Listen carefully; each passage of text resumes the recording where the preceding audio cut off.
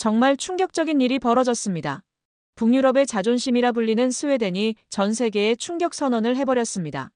100년 넘게 수력 발전 기술의 최강자로 군림해온 그들이 갑자기 한 동양의 작은 나라 기술을 배우겠다고 공식 발표한 겁니다.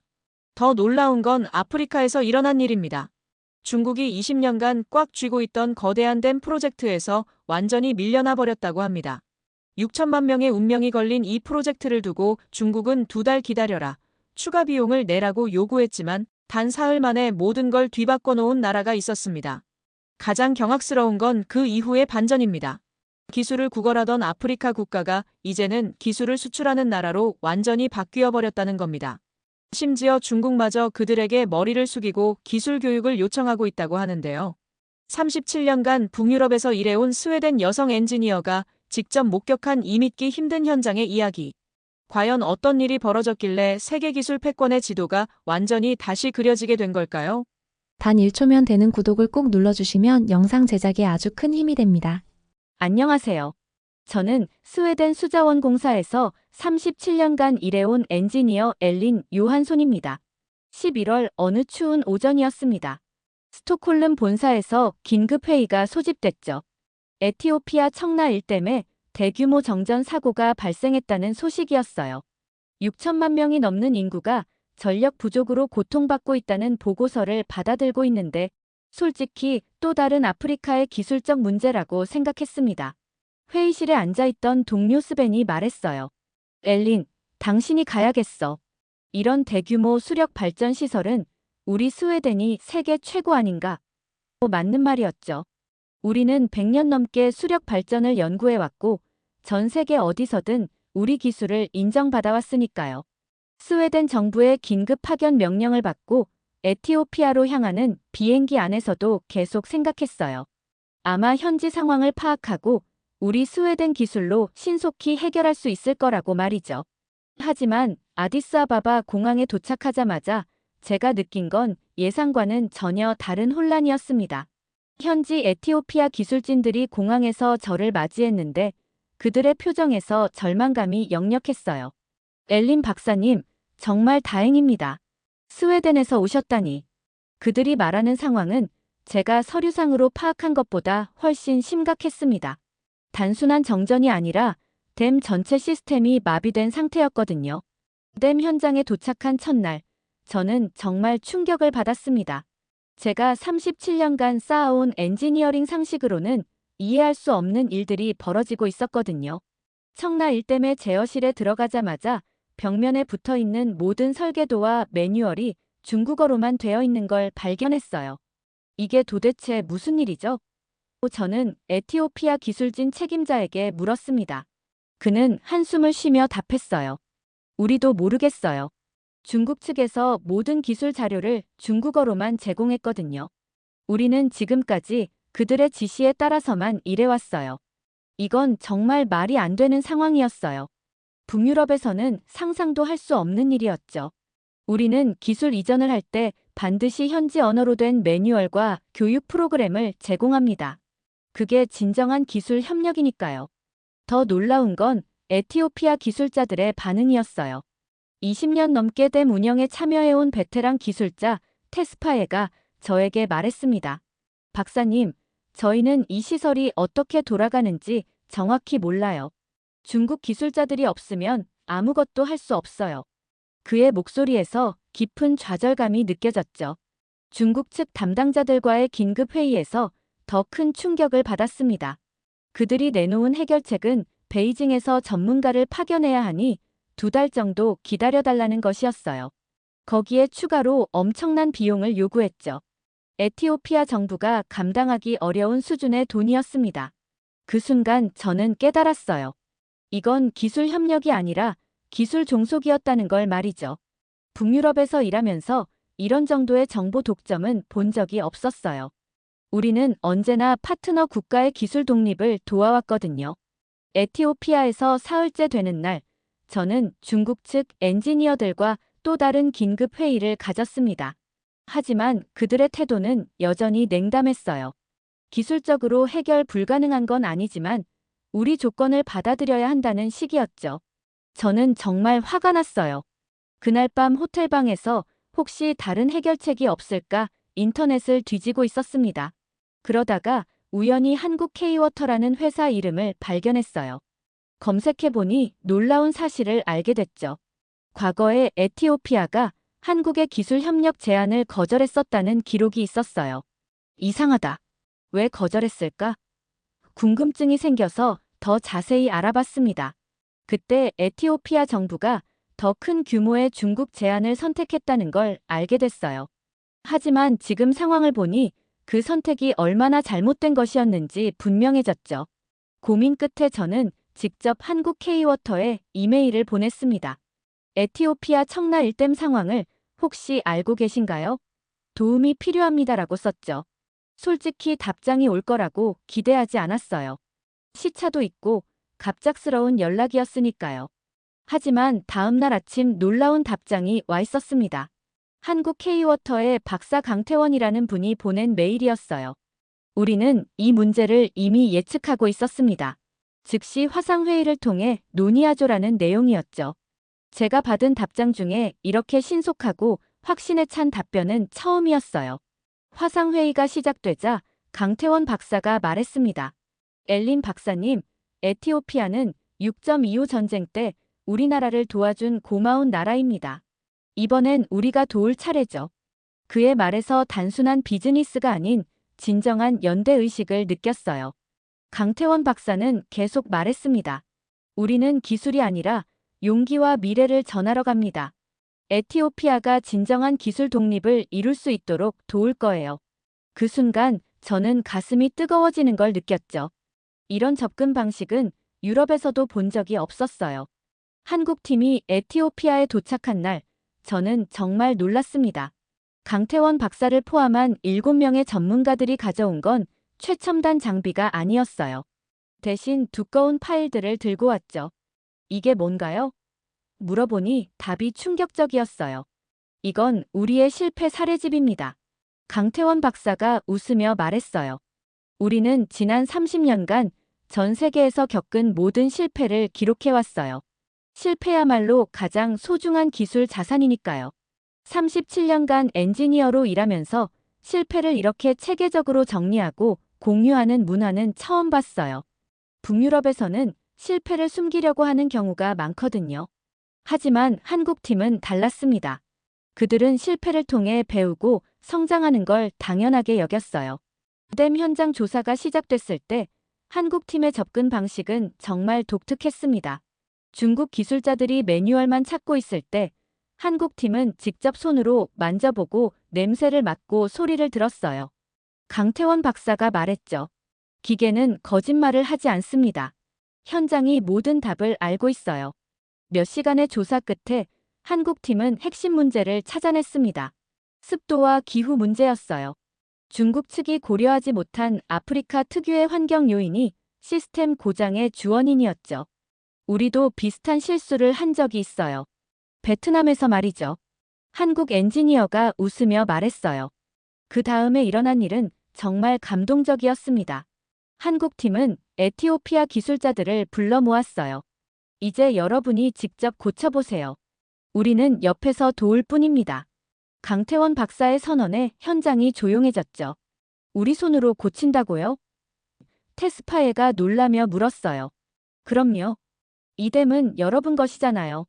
여러분이 고칠 수 있어야 진정한 기술 독립이죠.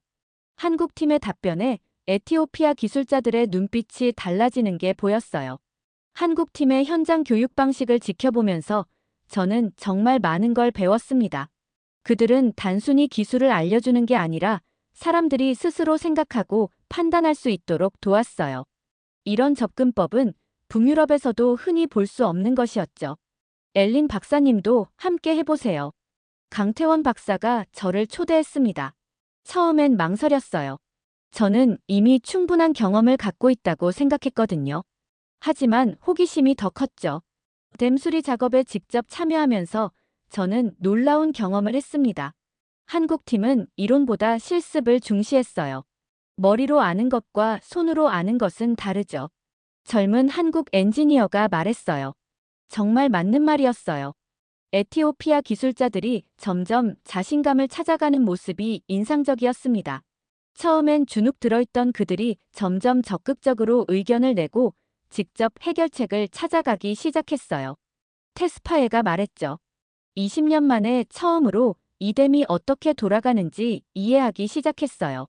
드디어 첫 번째 터빈 가동을 시도하는 날이 왔습니다. 에티오피아 기술자들이 직접 스위치를 켰어요. 거대한 터빈이 돌아가기 시작하는 소리가 들렸죠. 그 순간 현장에 있던 모든 사람들이 환호했어요.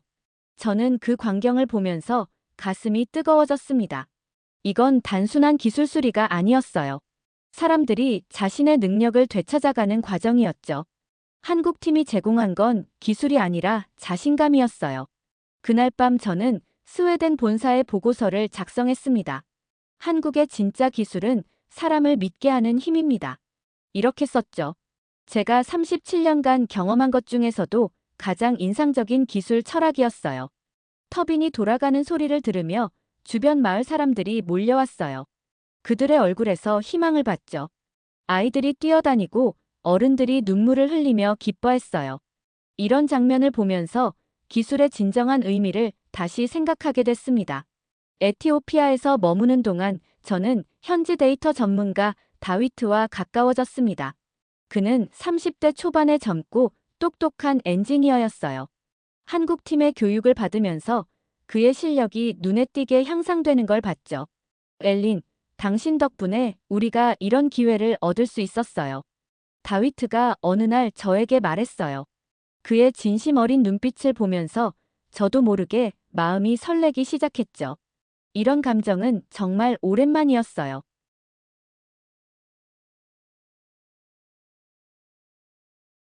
한국 팀과 너무 가깝게 지낸다는 이유였죠. 저는 정말 화가 났어요. 기술 협력을 정치적으로 이용하려는 시도였거든요. 에티오피아 내각에서 긴급 청문회가 열렸습니다. 저도 증인으로 출석하게 됐어요.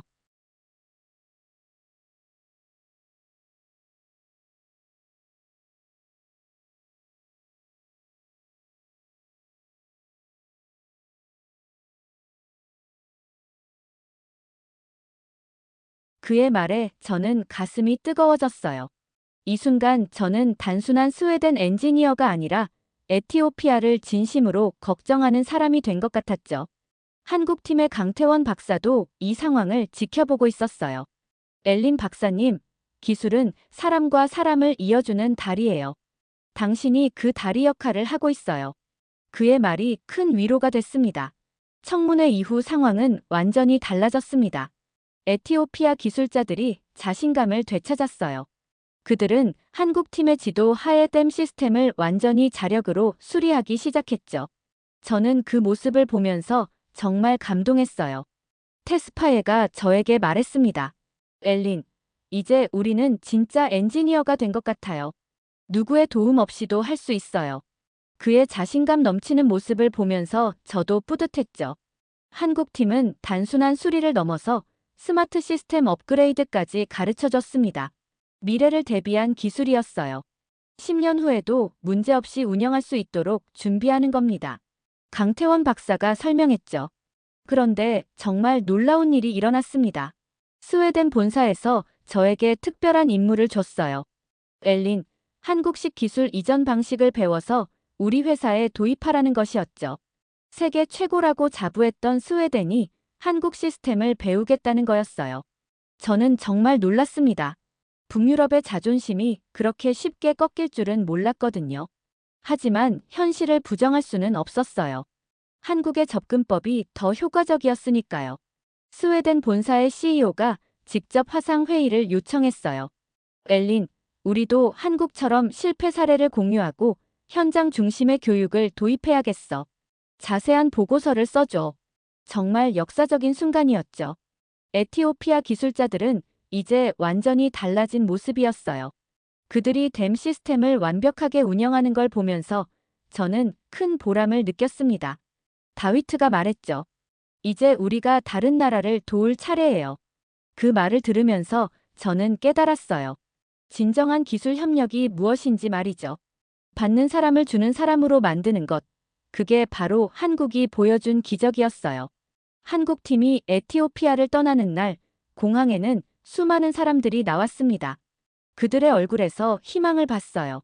이제 그들은 스스로 해낼 수 있다는 확신을 갖고 있었죠. 한국팀이 떠난 후 6개월이 지났습니다. 에티오피아는 아프리카 수자원 기술 허브로 공식 승인을 받았어요. 정말 놀라운 변화였죠. 기술을 구걸하던 나라가 기술을 나누어주는 나라로 바뀐 거예요. 저는 그 과정을 모두 지켜봤습니다. 다위트와 함께 아프리카, 유럽 기술 협력 플랫폼을 설계했어요. 우리의 관계도 동료에서 동반자로 발전했죠. 개인적으로도 정말 소중한 경험이었어요. 가장 놀라운 건 중국의 반응이었습니다. 그들이 먼저 기술 교육을 요청해왔어요. 한국과 에티오피아의 협력 방식을 배우고 싶다는 것이었죠. 정말 상상도 못했던 일이었어요. 한국과 에티오피아는 함께 중국의 요청을 검토했습니다. 조건부로 수용하기로 했어요. 진정한 기술 이전을 할 의사가 있다면 환영한다는 것이었죠. 이제 권력 관계가 완전히 바뀐 거예요.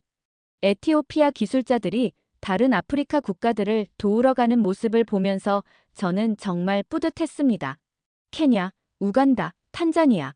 그들의 기술과 경험이 아프리카 대륙 전체로 퍼져나가고 있었어요. 스웨덴도 이 변화의 일부가 됐습니다.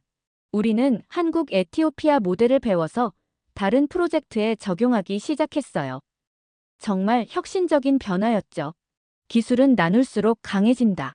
이게 한국, 에티오피아, 스웨덴 공동 슬로건이 됐어요. 저는 이 말의 진정한 의미를 이제 알겠습니다.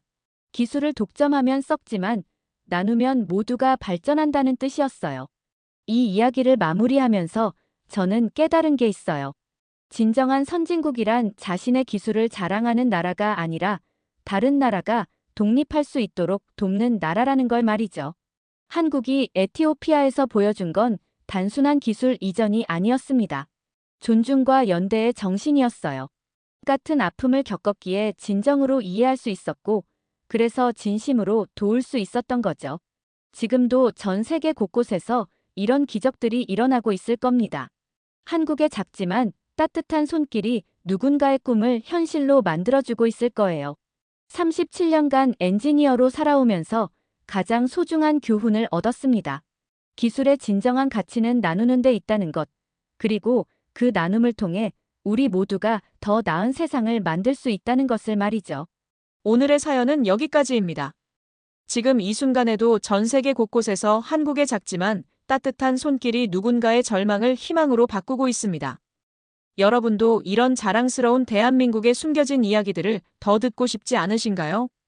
좋아요와 구독으로 응원해주시고 주변 분들에게도 공유해서 더 많은 사람들이 우리나라의 진짜 실력을 알 수 있도록 도와주세요. 다음에도 더욱 놀라운 K스토리로 찾아뵙겠습니다.